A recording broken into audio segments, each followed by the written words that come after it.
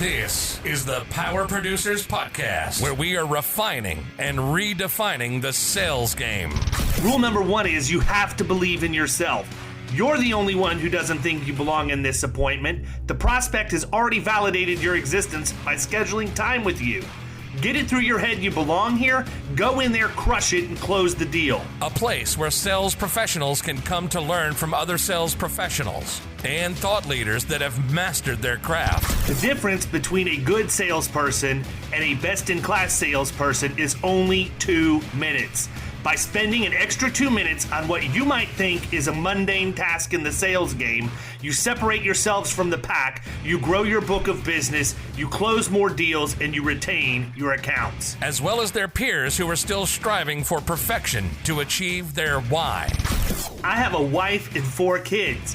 Failure is not an option. Real sales professionals, real stories, real results. It's no different than being a professional baseball player. You can't be a one-trick pony.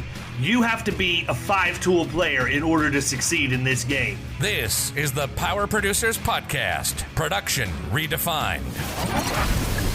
Are you ready to feel the power? Hey everybody, welcome to the Power Producers Podcast, where we are refining and redefining the sales game. And today, we are going to do something that no man has done before. We are going to make the insurance agency telephone system sexy because we have Mr. Steve Mohr from Lightspeed Voice with us. How we doing, everybody? What's cooking, man? You know, just living the dream. Sitting down here in Florida. I'll say it's cold, but everyone else in the country will laugh at me. I went full leather jacket this morning. That's brutal. It's brutal, you know. But yeah, no, doing well. Still cranking along good. To your point, trying to keep phones exciting within the industry. I'll tell you what, man.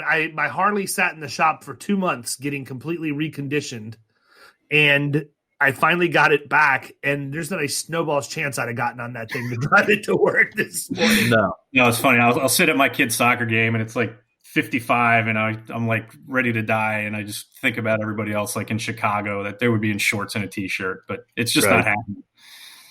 Well, yeah, I mean, I was born up off of Lake Erie in Ohio, and I was talking to somebody the other day about that. You know, I've never in my life been someplace where it's so cold.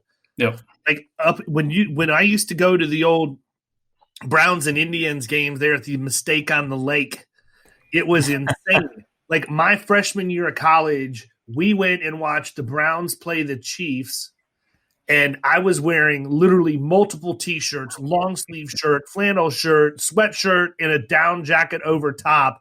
And the second that wind blew, it was like I was buck naked standing at the 50-yard line. Yeah. It did nothing for me to have all those layers on. So I don't care where anybody's from, man. When it's in the 30s in the morning here, that's cold. Like it doesn't matter. I always say it's a damp cold. You know what I mean? It's like it is, right? Just like it's a wet hot when it's hot here. It's the same thing. Oh, yep. Yeah, but I mean, like this is the argument I never understood, right? When the people out west in Phoenix and it's 130, but it's a dry heat. Yeah. 130 is 130. There's no dry heat section on a thermometer. That's right. True. You know, and the same thing Still with the hot. cold.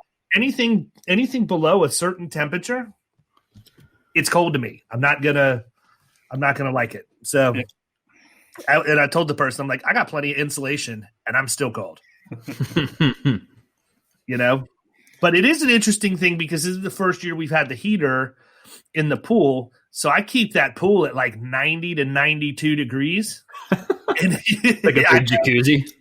No, yeah, it is. It's like a massive hot tub. So this last weekend, when it was starting to chill off a little bit, I dove into that thing, and it was like just diving into this massive bathtub. And I'm not going to lie, I loved it. It was fantastic, right? It was. It was the best. It's going to probably cost me $753 in an electric bill this month, but I would not get in it today because, you know, what you do find out is even though the water itself is 92 degrees, you have zero impact on the outside temperature when you get out, and it was horrid. I would never want to die of hypothermia. Oof. Like from the 3 minutes it took for me to get out of the pool, clamber over to get a towel, and then actually get into my shower and get my shower warmed up to that same temperature, I was shivering uncontrollably. Which is worse, dying of hypothermia or burning alive? I know. It's tough. Whichever one you black out faster from. I don't know what the answer is there. Right. True. I don't know, man. Really good question, man. And I'm very seriously contemplating it. Yeah. We need to hear from our listeners.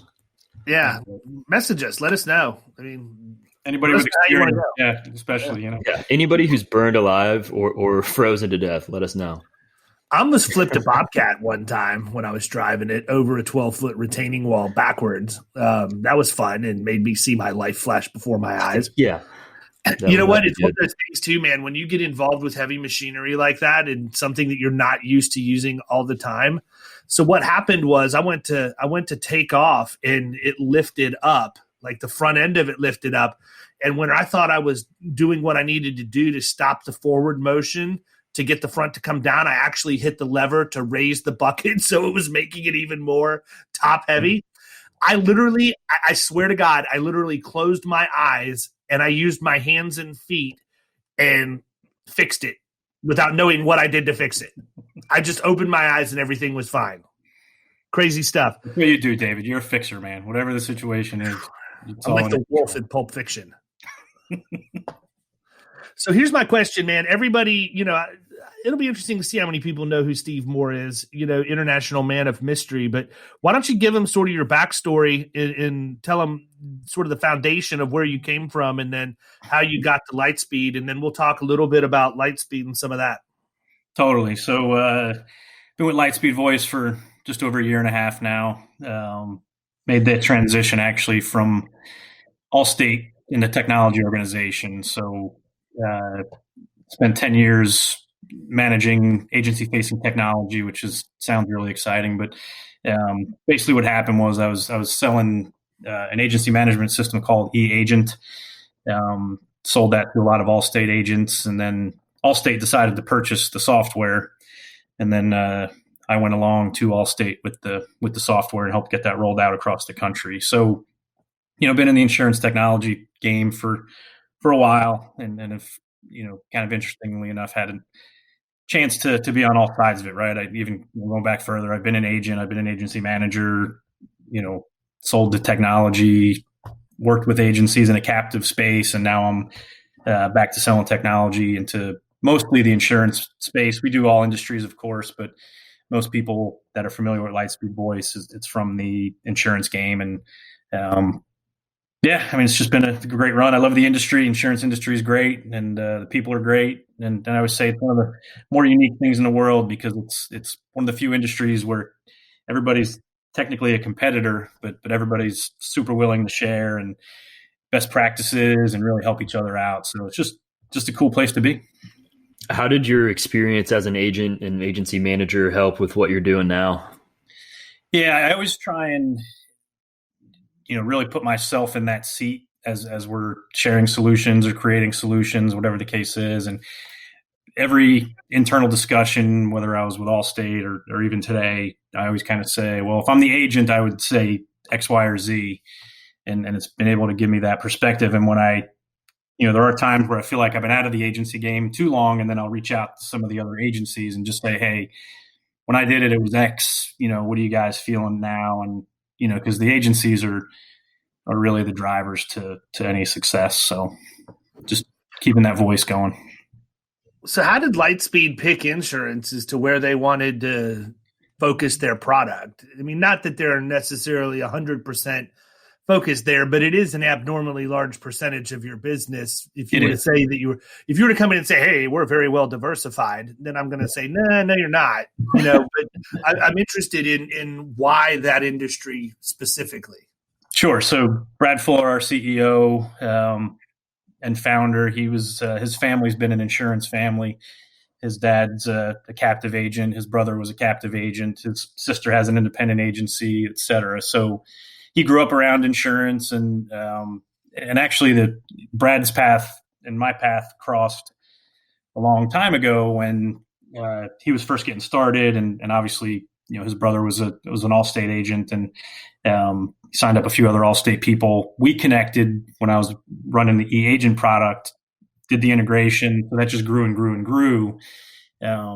And ever since then, really, Lightspeed's calling card is integrations, number one, customer service, a close second. So, yeah, it was just familiarity. And, it was really an underserved group in the technology space going back 9, 10, 11 years. It's getting better, but it's still, there's still a lot of room for growth there. Interesting. So when you met Brad, was that back in his Gainesville days?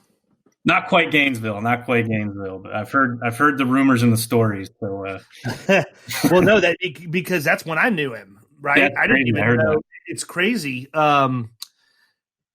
I had a client. I did a lot of work with the University of Florida, specifically the SID Biotech incubator up there, and I had a lot of clients that were in Progress Park in Alachua. And I went in to visit one of my clients, and actually Brad shared one of those offices with them and was painting the walls himself because they were getting ready to move to a different place. And I had no clue whatsoever that his family owned insurance agencies. So I did what a normal producer would do. I just hammered the living daylights out of him for months.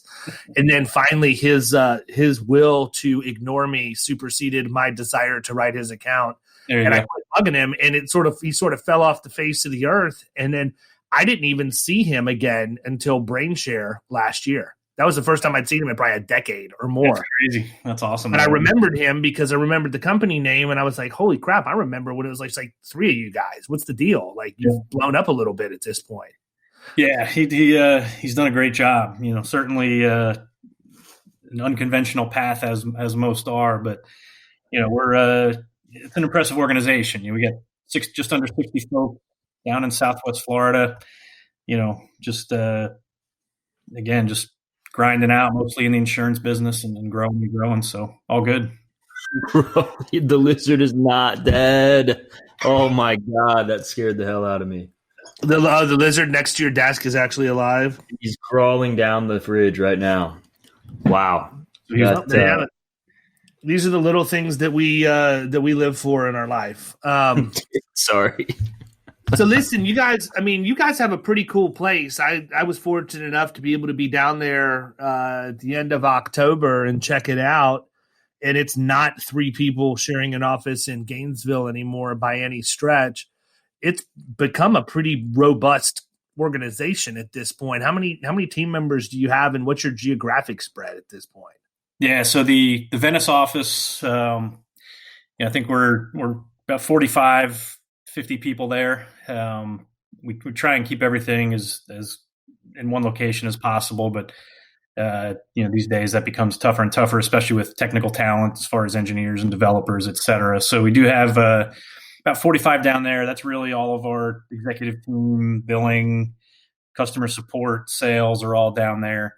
And then we've got a team of developers up in New Jersey. I think we're at 7 now up in New Jersey that work pretty heavily on the product. And then we actually just brought someone on, I think, in Utah, and then a couple other spots. So we're creeping right around 60 folks with, again, that core in Florida, but growing a little bit around the country. So, really getting into some specialized talent needs that aren't always going to be in Venice, Florida. So where are you guys up in Jersey? Actually, Somerville. So interestingly enough, it's about literally their office is 7 minutes from where I grew up in Hillsborough Township, New Jersey. So it's kind of that was cool to go back and visit and check out the old stomping grounds. Yeah, that is cool. Where is that geographically in Jersey? Is that close to the Edison corridor where a lot of the tech stuff's going on now, or is that in another part of the state? Nah, central part, Somerset County. So it's right around like Princeton University is kind of the big landmark around there. But yeah, so I grew up in that area and had never been on the New Jersey Turnpike until I was an adult. So we were definitely not the stereotypical Jersey. It's all farms, or was all farms and greenery. Not so much anymore. Yeah, Jersey Turnpike means different things to different people. For example, if you watch the Jersey Shore, it's not what you think it is. No, I did. Yeah, no, I always chuckle because if people that haven't seen the Jersey Shore house, if you actually go look at it, it's literally one of the most decrepit places on the planet. It looks terrible. That's what makes it so awesome. Right. Look, I mean, I think back to where I lived when I was in college, and I'll just leave it at this: the rent was $225 a month, including all utilities. End of story. I'll make the Jersey Shore house look like the freaking Taj Mahal. That's right. So you guys have a lot of stuff going on. You just had a big release come out, right? Talk a little bit about what's going on with that. And the other thing that I want us to talk about, because I don't want people to think, okay, well, we heard what this guy does and where he came from, so there's obviously not much more he can tell him. We're going to get into some of the things that could be happening, sure. Not necessarily with Lightspeed, but just ideas and things we can see happening with phone systems and why they're important. I think that it's one of the things, I hate to say it, but I mean, I think agents overlook the value of having a good phone system, not just because of the ability to talk to people back and forth, but all of the other stuff that it can do. We limit ourselves to our ability to be inventors based on the fact we just want to stay with what we know. And I think that if you're willing to open up your mind and think about some crazy stuff, the likelihood of that crazy stuff happening is pretty good. I mean, what was it, a decade ago, maybe 15 years at the most? We were all hyped up because we were getting rid of CDs and moving to iPods. Do they even make an iPod anymore? I don't think so. They'll probably bring them back in like 2 years just to sell them again. Throwback. Yeah. It'll be on StockX with the Jordans. It's like the iPhone 12, the mini. It's like I thought having the big phone was the thing. Now we're going to go back to the mini. Once I went big, I'm never going back. You can't. Dude, now I want the folding one that's double the size, Yeah, I was going to say, the only thing they can do to make me happy now is come out with one the size of an old VCR that I can carry around on my belt. Right. Too funny. No, yeah, just getting back to, as far as cool, fun stuff we'll talk about. And that was, you mentioned being at the office, and that was one of the reasons, right, to get a couple big thinkers in there, and we'll touch on some of that stuff. But, as far as the most recent release, the product, our phone product, was developed going back 9-10 years ago, and it kind of looked the same as it did 9 or 10 years ago. So as you can imagine, it needed a little bit of a facelift. And about 2 years ago, we bought a software called the Follow-Up Tool, which was really built around sales automation. And kind of to your point about thinking beyond phones, that was really a step in that direction. A way to automate texts, emails, and phone calls as well. So it was a good acquisition. We had really good traction and still have really good traction with it, but it was two separate products, right? So that becomes a clumsy conversation and a clumsy use case, et cetera. So this most recent release, which we called Lightspeed Quantum, was really bringing those two products together. So it kept the follow-up tool as kind of the core in the background, and then we brought the phone functionality in there. And then we added a bunch of cool features as far as drag and drop transfers and different calling capabilities that weren't available in the old system. And it really positions us for growth. Obviously, we had to modernize the code base and, in the process, modernize our integrations, et cetera. So it's really about, preparing us for the future. So now any feature requests are really incremental. We're not rebuilding the ship every time we have to do something new. So yeah, it's just all about modernization, ease of use, and positioning for a lot of the stuff that we'll talk about as far as what's coming, which is a lot of exciting stuff. And kind of what when you and Jason Cass came down, Jason's deal, which is totally true, and we live by it as well. That phone call. Chew your steak 10 times before swallowing. Yeah, I'm sure that should be his mantra. You definitely are the better steak chewer between the two of you. So. Dude, I'm not letting a single bite of steak get past me ever. Yeah, unchewed or otherwise. That's right. So yeah, but the conversation we had was that the phone call, everyone's talking about data. Everybody wants data. How can you use data? What can we do with data?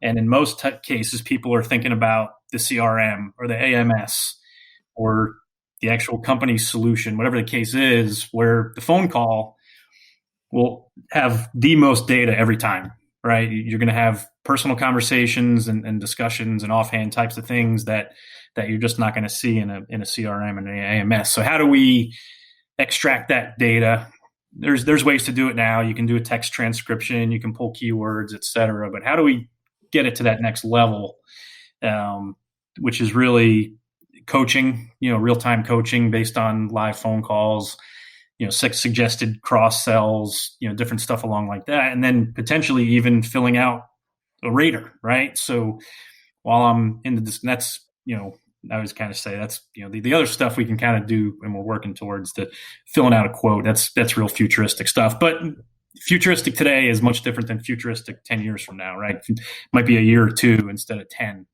So yeah, there's just a lot of cool stuff. And I always say the great thing about selling a communication solution, we try not to say phones, is that everybody has one and everybody needs one, right? So it's that yin and yang. We're never going into a spot where they're saying, "Oh yeah, we don't have phones," but we're always replacing something else is really what it comes down to. So we really have to get it top of mind. It's not something, if it works, people don't typically mind.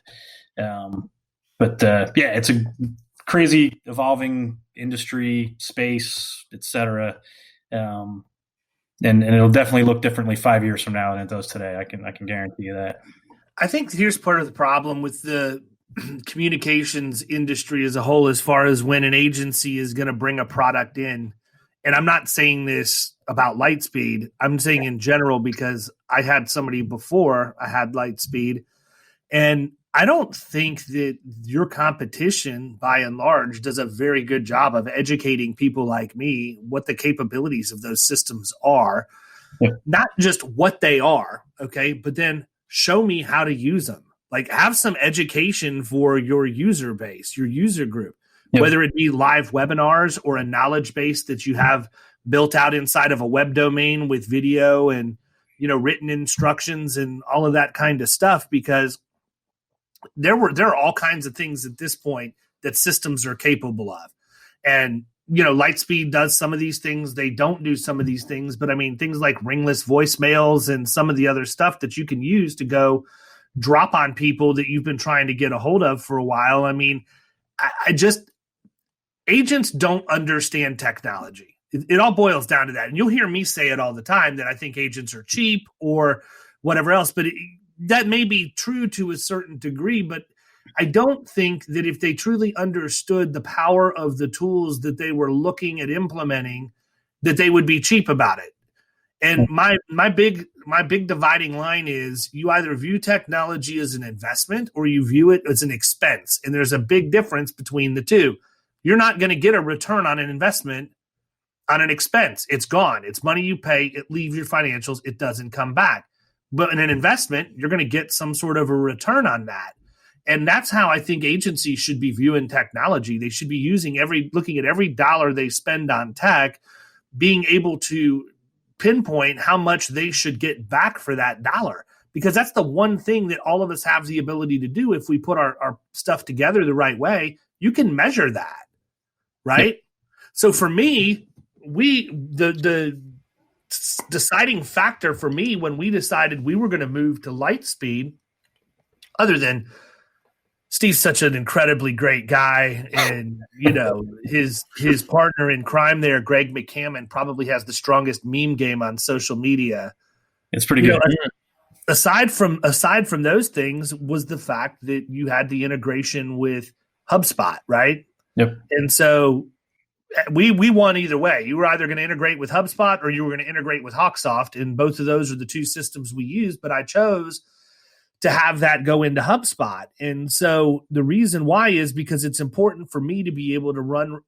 I want to be able to have the ability to run reports that show me the volume of calling that's being done, not by my team in terms of service load and all of that. I want to know about it from a sales perspective, right? How many calls are we making in a day, a week, a month, whatever? And as we roll out, and as you and I have talked about, we're in the process of putting together a pretty solid telemarketing appointment setting process inside the agency. And we're going to power that with virtual assistants. But the beauty of it is that they can be wherever they're going to be using a Lightspeed phone and a static IP that we set up. And every time they go into my HubSpot, to dial a company to validate a decision maker's name, get an email address, and hopefully set an appointment, that call is being recorded and captured and attached to that company's record inside the CRM. So I can see how many calls are made, and I can go back and actually listen to those calls because they're recorded, and that recording is what's attached inside the CRM. So if I have a specific person that's calling and they're 0 for January in terms of setting appointments, we can figure out why. We can troubleshoot those things. And it's just never – I don't understand why somebody wouldn't view that as a valuable tool, right? Why that wouldn't be a valuable investment. I think it's very few people in that example start out just cleaning everybody's plow with appointment setting. It doesn't happen, right? There's going to have to be some adjustment to the script, maybe some coaching in terms of inflection or how these people are interacting, some things they're saying, keywords, whatever else. But if you don't have the ability to access those recordings in an organized fashion, doesn't matter. Yep. Yeah, no, I think you hit on so many great points. Like we kind of started on the cost aspect of things, and it is one of the traps that agencies and end users in general fall into, right? How much is it per extension? And you know what, Steve? I'll be honest with you. I have no idea how much I pay. I know. Don't care. You're a living example of what you said just based on your use of HubSpot, right? We've had that conversation before. Most people in the insurance business would scoff at the fact of why would this guy use HubSpot? It's so expensive. It doesn't make sense. But your return on investment, you could prove to them is off the charts from it, right? Here's the problem with that. This is the way that conversation goes. Oh, of course you can use HubSpot. You write big commercial accounts and you have the money to do it. No, I have big commercial accounts and I'm able to write those because I have HubSpot. You're thinking that I went and got the CRM after I already had some level of success in production, when in actuality, you have to have that tool to perpetuate and to build on your success. And that's the kind of backwards thinking crap that has people, right where they're at. We joke about it, and I'm sorry if I offend anybody who says this, but if I do, maybe I'll be the one that's the wake-up call for you to come out of 1975, but quit sending calendars to everybody at Christmas. We get our calendar on our flipping phone. Don't waste your money on calendars with your mug on it. Go take that same money, set it aside, and buy yourself an introductory CRM and start stair-stepping your technology game so you can at least be at like 1990 at some point in the next year or two. But that's the problem. We look at this stuff, and I mean, think about it. If we didn't have VoIP systems, how would agencies handle COVID in as slick of a manner as the ones that are successful have? Guess what? Some of them didn't. Right. Because they're so fixed to their bricks and mortar and having their infrastructure based on that office. I learned very, very early in my insurance career that I don't have to have an office. Nobody comes and visits me. You know who comes and visits me at my office? Carrier reps and vendors. That's it. That's the only reason I would have an office. You don't have to. People build offices as monuments to themselves. They want that to be what makes them look successful to the outside world.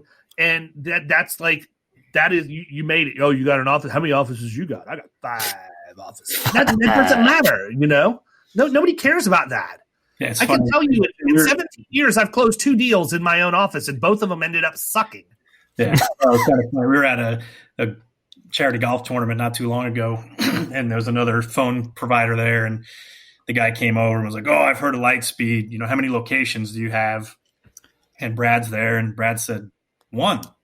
And I said, "Oh, I have 11 locations. I thought you guys were bigger than me." And Brad's a humble guy, and he didn't care to engage, but of course he walks away and he's like, "Why in the world would you have 11 locations? You have 11 rents, you have 11 buildings. How much overhead? Yeah, seriously. I mean, give me a break." He's in, it's like us, man. We don't need 2 locations. We really don't. My wife's on me all the time. She's in the other room right now. She came over to help me with some paperwork this afternoon, and I know she's shaking her head. We have.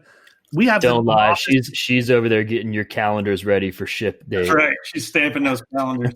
I posed for a special picture in a funny suit. Anyhow, but we've talked about it. I don't have my second office as a way for us to necessarily generate walk-in traffic or bragging rights. It costs me money to have that, but we have that second office because it's almost like part of my marketing budget. Honestly, it helps us in Google My Business. I was going to say, it helps me have presence. Yeah. And it's right up there by where you live in that Trinity area, and that's where everything's going. So for us in personal lines specifically, that's where I see us growing in the future, 5-10 years out. There was a time where I had a model in place of, opening an office to 2 offices every year for 5 to 10 years. It was all going to be the same footprint. I mean, our offices are nothing that anybody would be bragging about. It's literally 3 offices, a bathroom, and a microwave for your Hot Pockets in a conference room. That's it. Right. So I could open those. And then I decided, you know what, let's not spend the money to do that. Let's focus on actually buying the properties that we have, because if we do that, we're adding assets to the balance sheet and the valuation on the agency is better, or we put them in separate LLCs and own the real estate company in addition to the agency. I mean, there's a lot of different ways to look at it. All of that to say, we don't have to have these offices, and companies like Lightspeed make it possible for us to not have to have bricks and mortar. I think one of the things too that I love is the soft phone app, right? The fact that we have the ability to put a soft phone app on our phones and have our producers make their calls from their cell phones when they're on the road. That stuff all gets captured by HubSpot because we're calling through that soft phone app. I don't think that, I don't know, I could be completely wrong. I just don't think agencies look at it. They look at it, a phone's a phone. No, it really isn't. And by the time we're done talking about some of the wild crap that runs through my head, and Cass is worse than I am. But I mean, it's all about the data, right? I mean, that you're able to capture from it. Yep. Well, look at Steve found out that I'm an international man of mystery when he was speaking with a company from Israel who dropped my name to him. That is the second time this podcast that you have dropped international man of mystery, and I'm pretty sure Austin Powers has rights to that. I'm pretty sure I'll watch it tonight when I go home just because I've said it twice. Apparently, I'm going through withdrawals. It's been 10 years. But no, seriously, I mean, there's a lot of technologies, and it's not just limited here. I literally was on the phone with a voice recognition type company that was looking for my feedback. And I think that, honestly, it was probably him trying to backdoor me into a sales conversation to sell me his product, but I wasn't biting on it. But I mean, that's one of the things that's the wave of the future. I mean, if I wanted to right now, if I wanted to go get transcripts for coaching on a one-off basis, I could take that recording from Lightspeed. I could get that WAV file or MP3 or whatever it is, and I could upload that into rev.com, and they'll transcribe it for me for $1.25 a minute if I want a real human being to do it, or 25 cents a minute if I want to use the artificial intelligence. And that might be okay for that. Yeah. But what about the level that these voice recognition software companies are moving to in their ability to interpret what it is that you're saying, to the point that you could actually have triggers set up on keywords inside of a conversation that tells your CRM specific things to do based on nobody typing, clicking, nothing. You're talking on the phone. Yep. And it's happening fast, like, and where it's kind of starting, and the company, we're working with a couple vendors, like I said, we could do, to your point, we could do Amazon Web Services. We could transcribe the call today, right? It's just not that, the text file of the call is just not that exciting. But now what these companies are starting to be able to do is give a net promoter score for that phone call, right? How does that customer feel about your agency? How do they feel about that rep? And that, to your point, that could trigger a notification to you, David, as the, agency owner. Hey, this person's not happy, whatever the case is. And then it's really about keyword triggers. Does it recognize they said their anniversary was on X date, their birth date, they just got a dog, whatever the case is. And I do appreciate the puppy cam. That is a good thing. Just can't. Sadly, it's going to come to an end shortly after Christmas and turn into real life, which turns into a whole. I think we'll still see plenty of the puppy.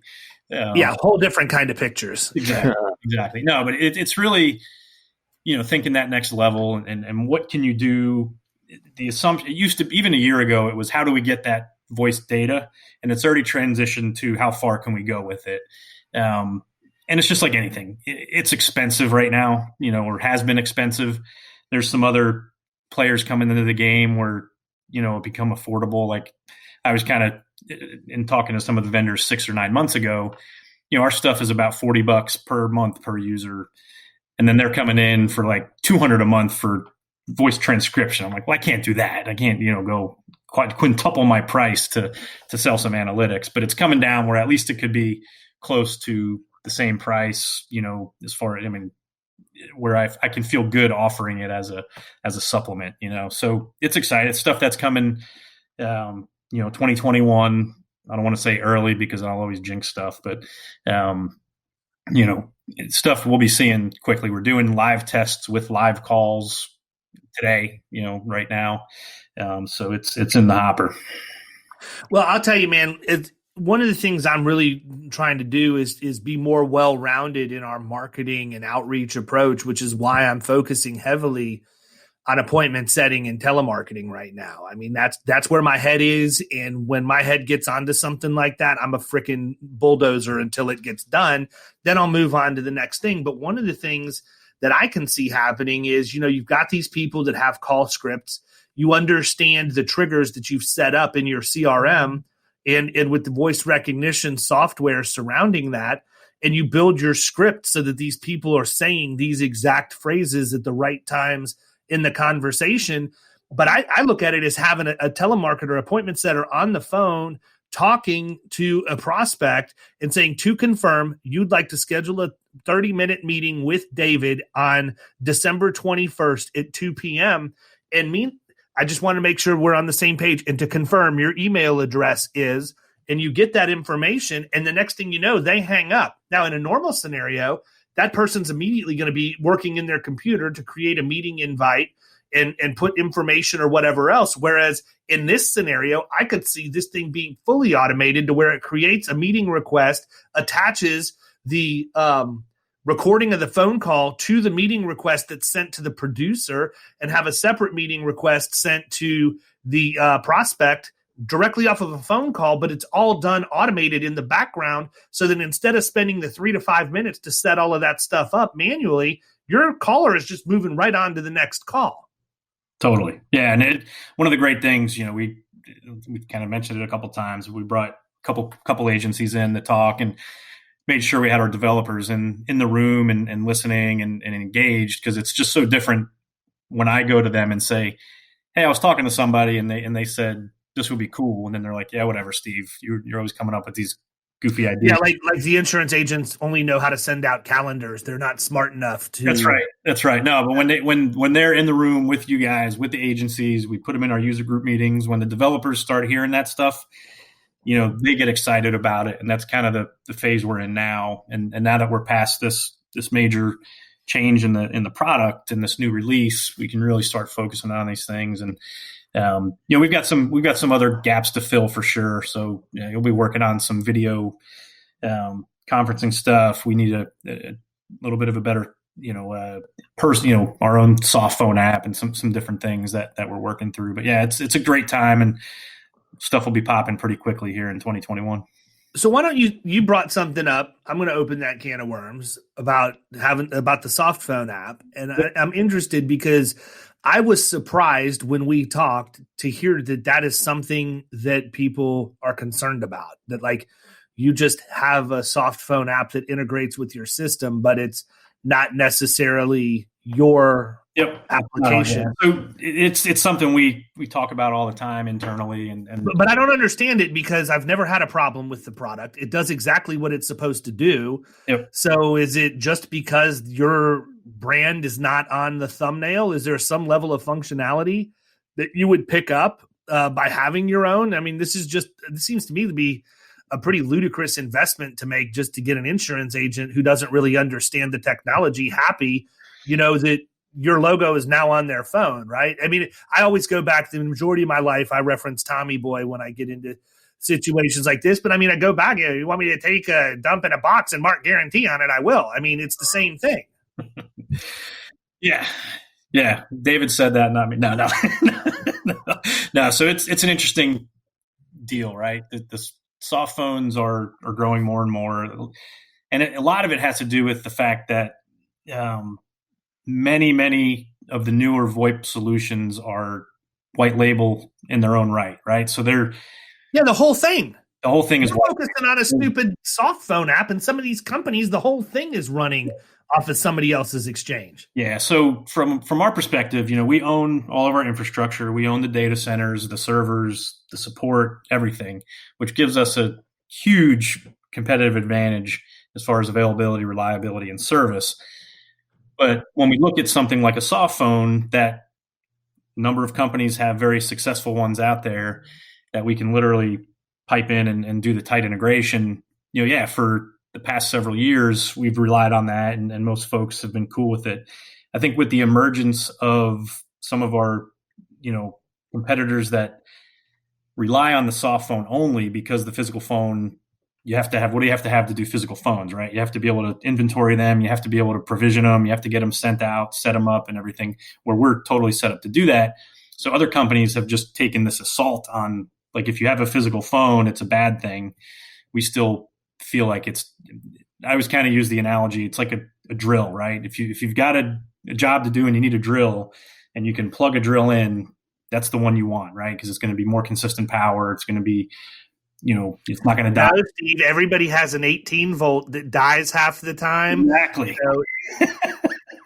So in the times where you need that portability and of the cordless drill, great, but you still always want to go back to the one that you can plug in if possible.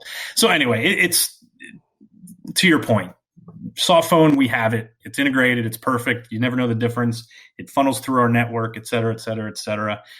Where we're looking really, as we build out our soft phone, it won't just be a phone, right? Because we've got that kind of covered. We want to add the chat capability, the video capability, and the different features into it as an overall product. So, it won't just truly be the soft phone.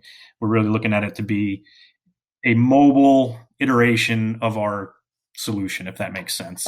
Yeah, you could get really crazy with it, man. You could have a widget that goes on somebody's website integrating with your communication platform where video chat opens up immediately based on voice recognition. I mean, I could keep going on and on.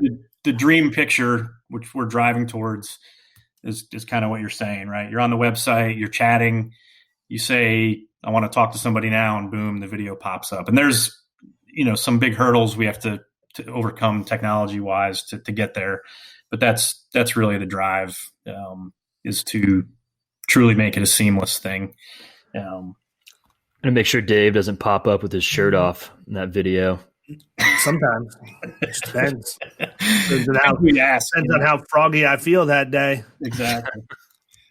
I think I've ruined Steve's sales career anyhow, because now anytime my number one way to come over the objection of you don't have a soft phone app, I would just point them and say, yeah, well, you send out calendars. That's it. And you're going to think about that the next time somebody brings it up. Mark my words, you're going to do it. You're going to accidentally laugh and blame me for it. But yeah, what else? I mean, what else do you see on the horizon right now? What's sort of the grumbling? Because, I'm all in, man. People are probably thinking this dude doesn't know how much he pays.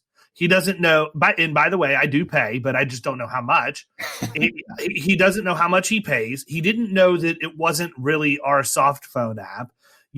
Hey, people, here's a reason why. It works. Why would I need to research this crap and try and figure it out? Yep, and I did, to your point, I did come to your office after BrainShare, and you literally just wanted to see the HubSpot integration. Once you saw the HubSpot integration, you were good. Yep, fine. You trusted that our stuff works because you've heard from other people that it works. But that integration piece is huge.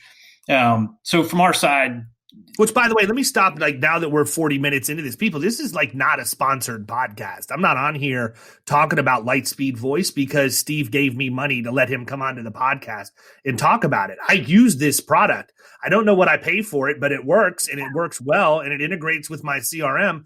But I want you to hear the vision behind where this stuff is going. Whether you're a Lightspeed user or not really doesn't matter, because this is where the industry's trending. I'm just happy to be paired up with the company that's forward thinking enough on the technological front that they're willing to make the investments in their infrastructure, which is pretty darn skippy already, to continue to push that envelope. Because truthfully, in the insurance industry is like trying to do a 180 in a cruise ship, whereas in telecommunications, it's probably more like doing a 180 in a Mastercraft. You have to be able to do that. Yeah. But that's what I want people to focus on. This isn't a commercial. You need to be paying attention to the technical stuff that's being spoken about, because you're going to remember this 3 years from now when you start losing accounts to people who are adopting it, and you just thought it was a bunch of garbage that we were trying to advertise.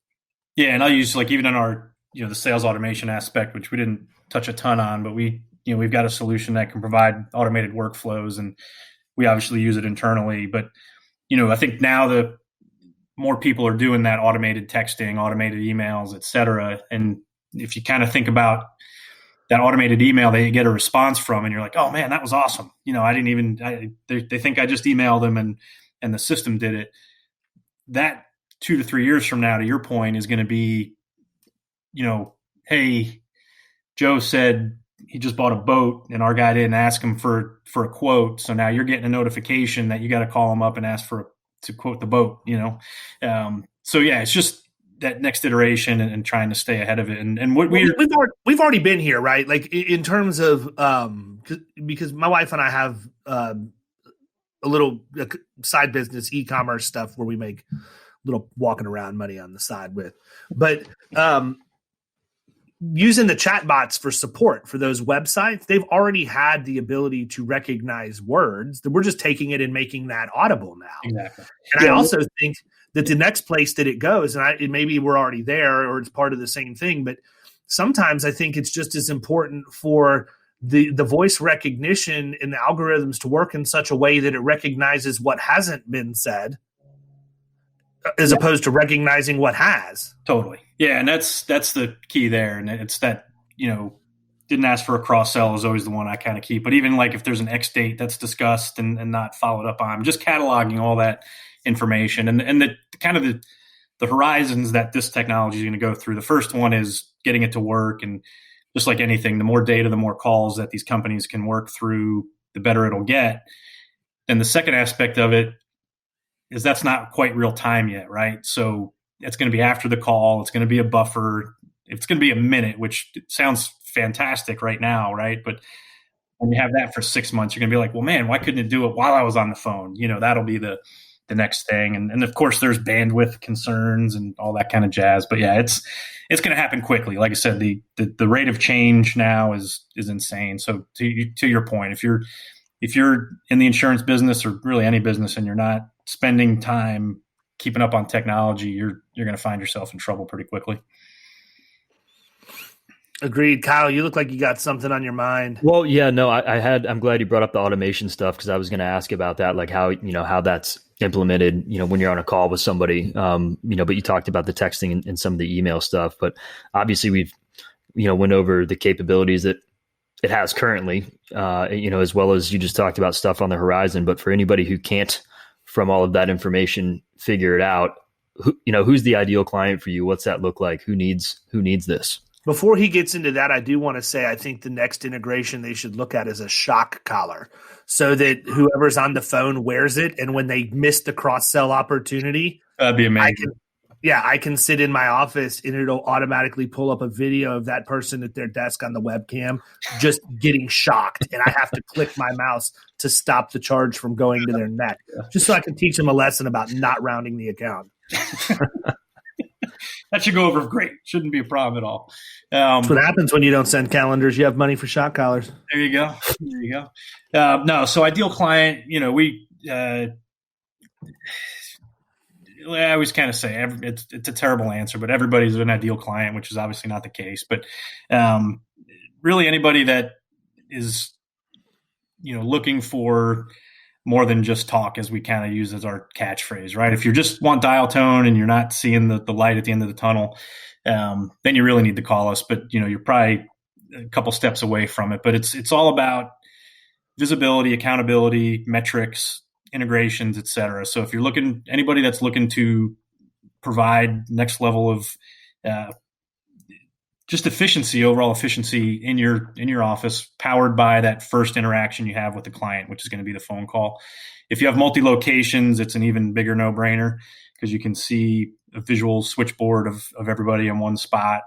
If you're concerned about how many inbound or outbound calls your folks are taking, if you want to do live coaching during a call, you can listen in, you can whisper in, et cetera. So yeah, it's just, we hear all the time people that are just amazed that they were kind of closed-minded to it, or they just deal with what they have. I think people are just kind of comfortable with what they have, and it only goes offline once every 2 weeks, or I only have to wait on hold for customer service for 40 minutes, or whatever that case is. If you want 100% reliability, you want to talk to somebody down in Florida after holding for about 2 minutes on average, we're going to be the right spot for you. I was just thinking when he was talking about live in-call coaching, could you imagine me cutting in on? Could you imagine me cutting in on Duran in the middle of one of his calls? That is literally exactly what I was thinking about. I think what would be perfect for you is you can do the whisper feature where only your guy can hear it. Oh my God, that would be incredible. I'd constantly be on the whisper feature. Yeah, I should have mentioned. Sorry for any Florida Risk Partner employees that I brought that up. There's only one specific one that comes to mind. We love him anyhow, but yeah, it would be awesome. Yeah. But I think that's a big deal. Part of the problem is, and I guess maybe to a certain degree, I'm being unfair to my peer group by expecting them to really understand and be able to look at technology and how it's growing. I mean, in their defense, for people who have been in this industry and it's all they've ever known, we can't expect them to think that way. But on the other side, we can expect them to try and make themselves better by learning about these things and, being able to make educated decisions. A lot of them don't even have a CRM, right? I mean, so I'm talking about integrating with the CRM and creating workflows and automations based on voice recognition. And they checked out right as soon as CRM came out of my mouth. Yeah, no, it was amazing. I always tell the story too. When I joined Lightspeed in April of 2019, my first event was like in May out in California, and I was all geared up. It was my first show, and I'm jazzed up. VoIP is the best, and these agents are coming up, and I'm like, oh, we're a VoIP solution, full phone. Jeff Thunderstruck, like were you cranking Thunderstruck fog machine as you walked out? Totally, yeah. And I say VoIP, and I just see like this blank stare, like, what is VoIP? And I was like, oh, okay, so we need to really take a step back and really go down to the basics. And again, it's not a knock.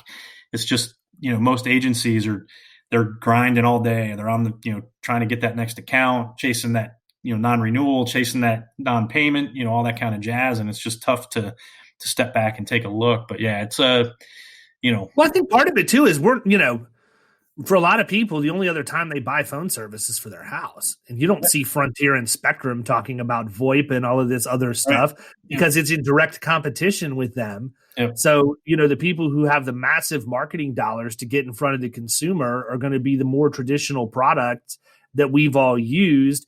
Now you throw somebody into the role of being a decision maker or owning a business. I don't envy your job. It's like us having, and I shouldn't say it's like this because then it would make it look like I don't envy my own job. So I do like what I do, but we have a challenge when we go in to talk to somebody about total cost of risk and educating them about all of the different things that contribute to the risk management function of their organization, as opposed to just saying, here's how much insurance premium you owe me this year. Yeah. That's the thing. You have to educate those people in a way that they can understand what it is. And, I find myself this way. I'll start running off at 100 miles an hour and realize, oh crap, they're still back, in the driveway. They haven't even gotten one leg in the car yet. I just want to know what the deductible is. That's all. Yeah, that's it. Like, what's my limits? What's my deductible? But then you have that other subset of people who know enough to be dangerous, right? Like, oh, I worked in an insurance office once in college. Can you send me the deck page? Yep. Like, ooh, you got real technical on me there, Johnny. Yeah.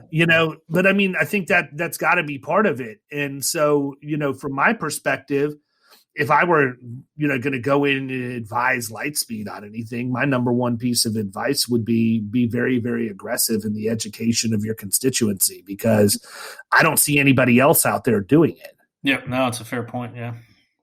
I mean, now Raj from God knows where wants to quote my VoIP phone services every day. And I know because he sends me automated emails with my last name spelled incorrectly.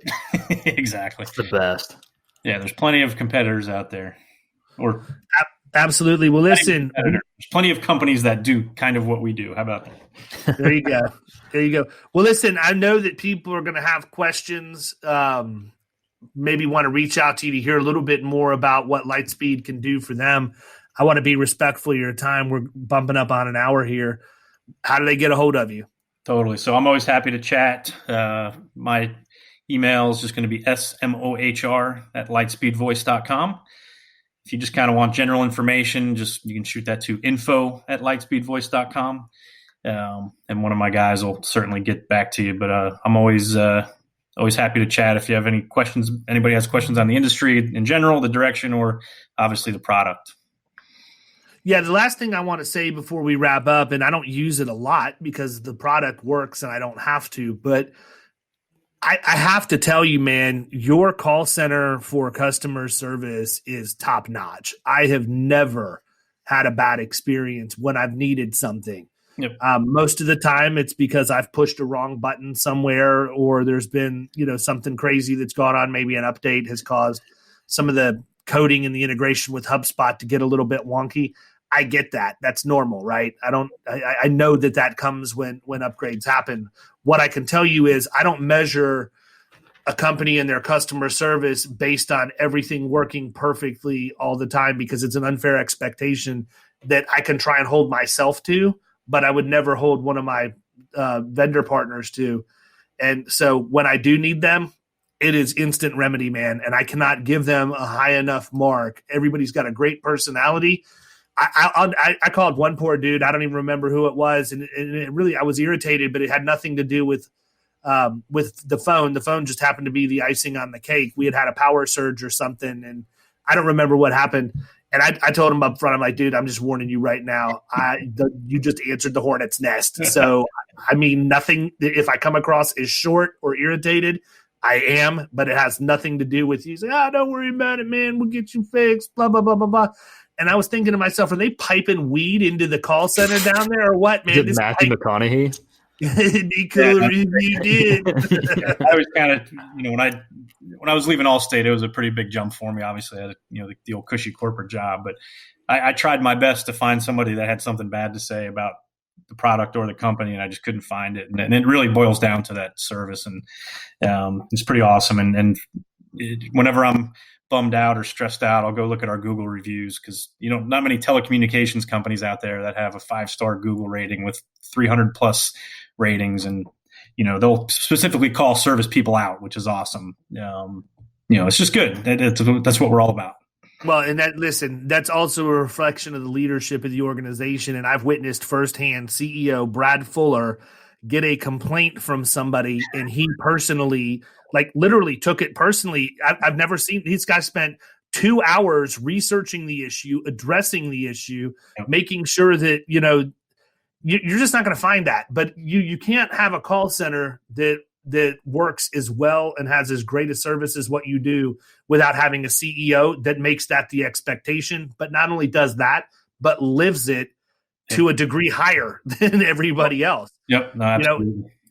Well, listen, man, I want to go ahead and wrap up. I appreciate you coming on. People, Lightspeed Voice. We use them at Florida Risk Partners. If you want to be cool like us, you should call Steve, and he'll have his people talk to your people. See ya. You've been listening to the Power Producers Podcast. You can follow Killing Commercial Insurance on Facebook and YouTube. And if you want to take your game to the next level, check out our book, The Extra 2 Minutes, and our website, killingcommercial.com.